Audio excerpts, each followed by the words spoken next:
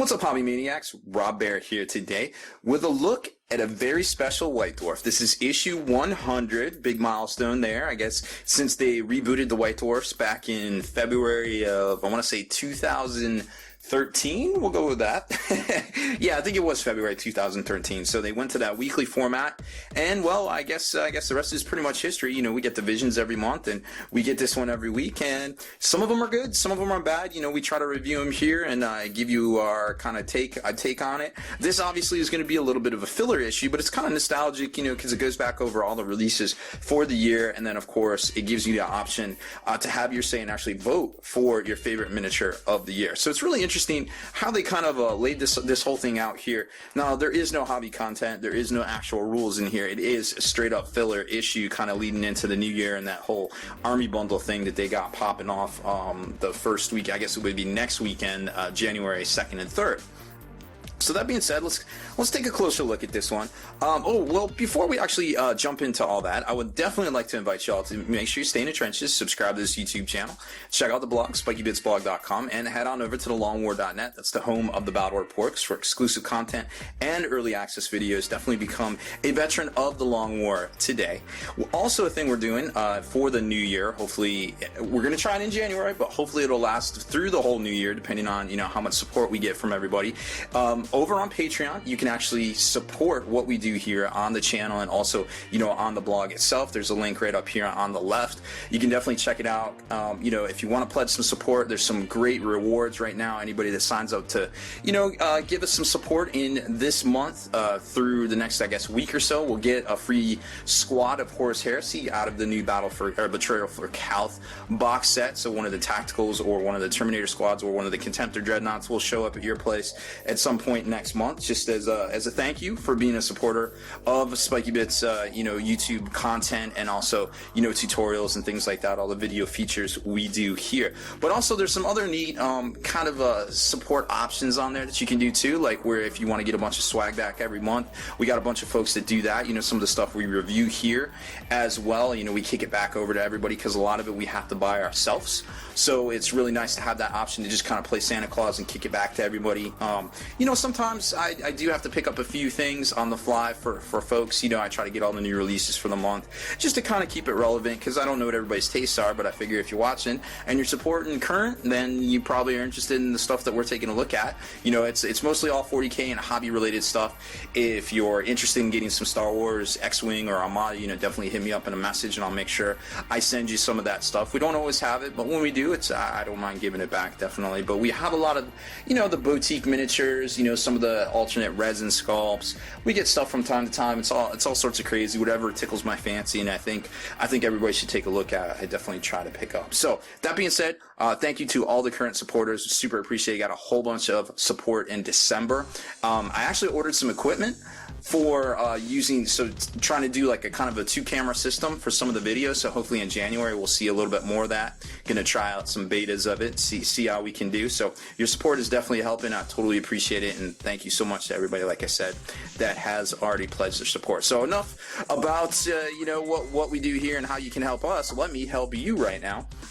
So first off, let's take a look at the year in review for Games Workshop, I guess, right? So it was kind of interesting, you know, it's kind of bittersweet because, like, it went from, you know, we kind of saw fantasy and then kind of not fantasy and then Age of Sigmar and then lots of other stuff. So it's really interesting to see, because obviously January was really big with the Skaven, then the Harlequins dropped, then the new Demonkin dropped right there. And actually, no, that was Archeon, and then Demonkin dropped towards the end. And then April, we got the new Mechanicus and also the Eldar. Then it kicked over to the new Night Wardens, and then we had also in April, actually, I think it was more April than May. It might have been that last week, but the Assassin Execution Force. Now they're saying that they're going to go to like a 2 kind of expansion a year kind of format. There'll be one in the spring and one in the fall around, you know, Black Friday time. And then of course we got the Adeptus Mechanicus, and that was just Skitarii. And then we also saw you know, we also saw the release earlier in the year as well. Then in June, we got the Space Marines, of course, Space Marines and Dark Angels as well. And then when it would go over to Age of Sigmar, they're kind of like, oh, by the way, there was Forge World. Oh, okay, well, we know there was Forge World. Cool. I guess that's kind of weird that you put it right here. Hey, are you trying to hide something, Games Workshop? I don't know. So you turn the page and it's like, oh yeah, and by the way, there's Age of Sigmar. Okay, yeah, we know there's Age of Sigmar, guys. And then you turn the page again and it gets into, you know, some of the terrain pieces and things they put out. And then instead of going to more, you know, Age of Sigmar, they're like, oh, hey, there was Black Library too. Okay, thanks. Got it. Black Library. Yep, we're on book 34 now, The Horse Heresy. It's been 10 years, guys. You know, is it going to take 10 more years till we get until we get to the Siege of Terra? I mean, I love reading these books, but I'm not going to buy all the audio books and all the novellas and all the mini books. I'll buy a novel every now and then if it's pertinent to the storyline.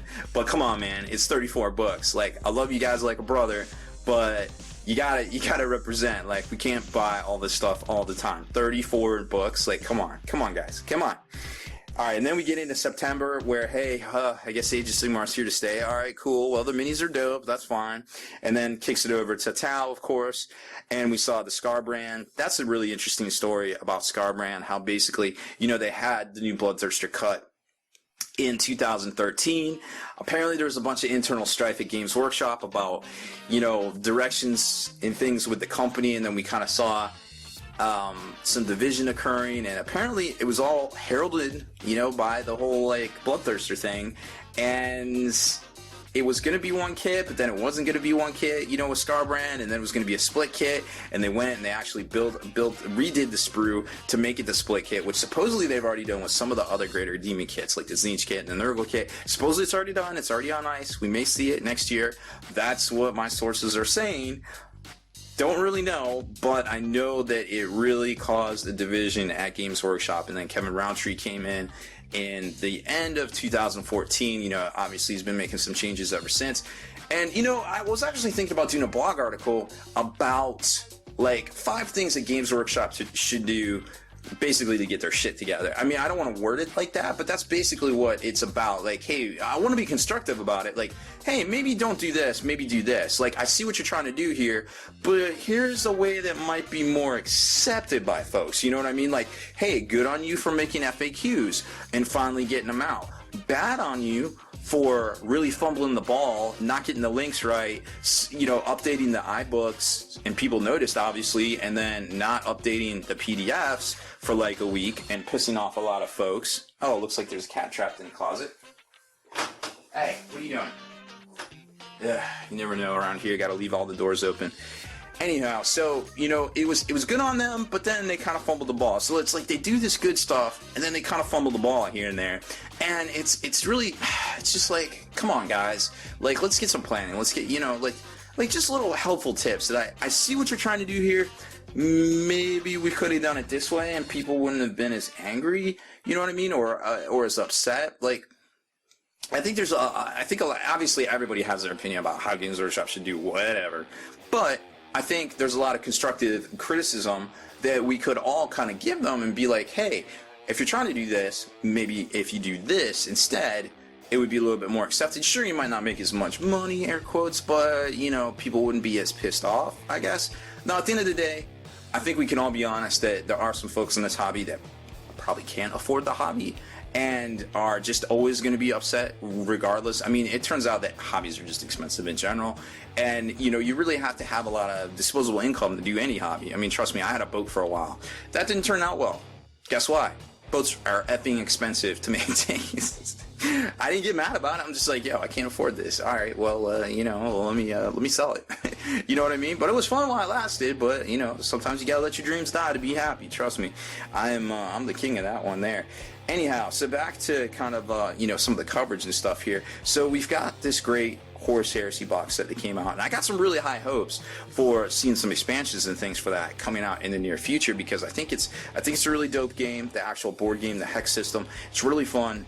Oh, you owe it to yourself to check it out. Please do. I think it's a really cool game, really well balanced.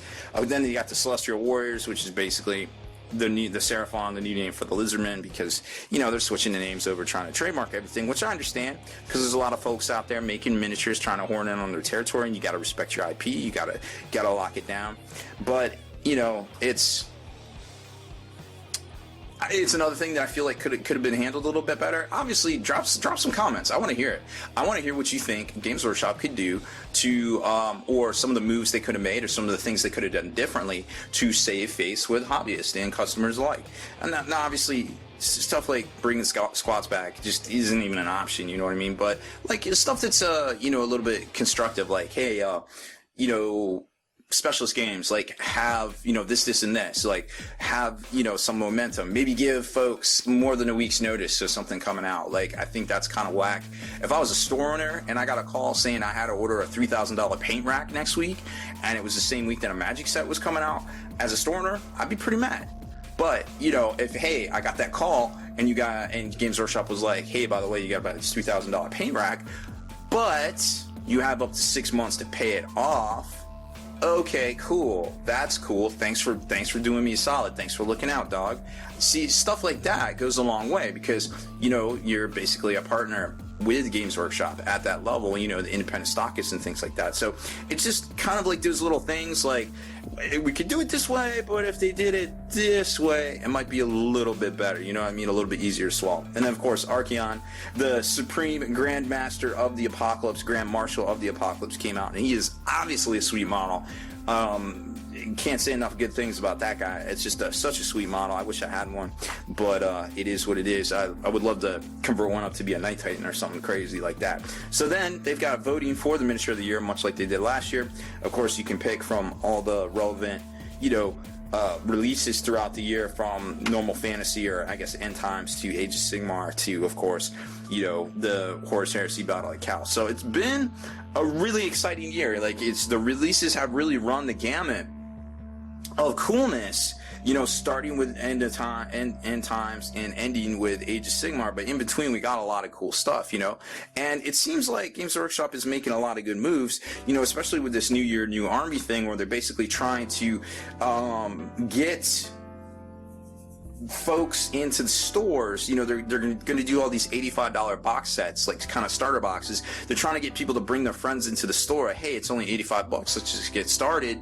You know, obviously replay value, $85. You're going to get more out of that than you are probably out of a video game or something like that. But I think it's good that they're looking to expand the hobby. But like I said, drop it in the comments of how you're feeling, and some stuff, constructive please, of what you think Games Workshop could do differently, or how they could have handled stuff they did already more positively, you know what I mean? So I'm really interested to see what you know, what the community thinks, because it's obviously a hot button issue, and I think that at the end of the day, you know, G-Dub really has a good product and they have a good thing going. It's just, it seems like they just kind of fumble the ball sometimes, you know. Players fuck up, I get it, but yo dog, like, you know, this is a hobby. We all want it to stick around. We all want to have good times. We all want to go to that hobby bar, you know, we call the local game store, and hang out and everybody know our name and do our thing. And I think at the end of the day, you know, the hobby is stronger than it's ever been before, but there is a lot more options and things out there. A lot of ways people can vote with their dollars these days, from Fantasy Flight to other boutique miniatures. There's just so much stuff out there, and it's a really exciting time for the hobby in general. But at the end of the day, we all need Games Workshop to still be around. All right, well, thanks for watching my video. I hope everybody has a great new year and had a really good holiday Christmas time. Can't wait to see what we got going on next in 2016.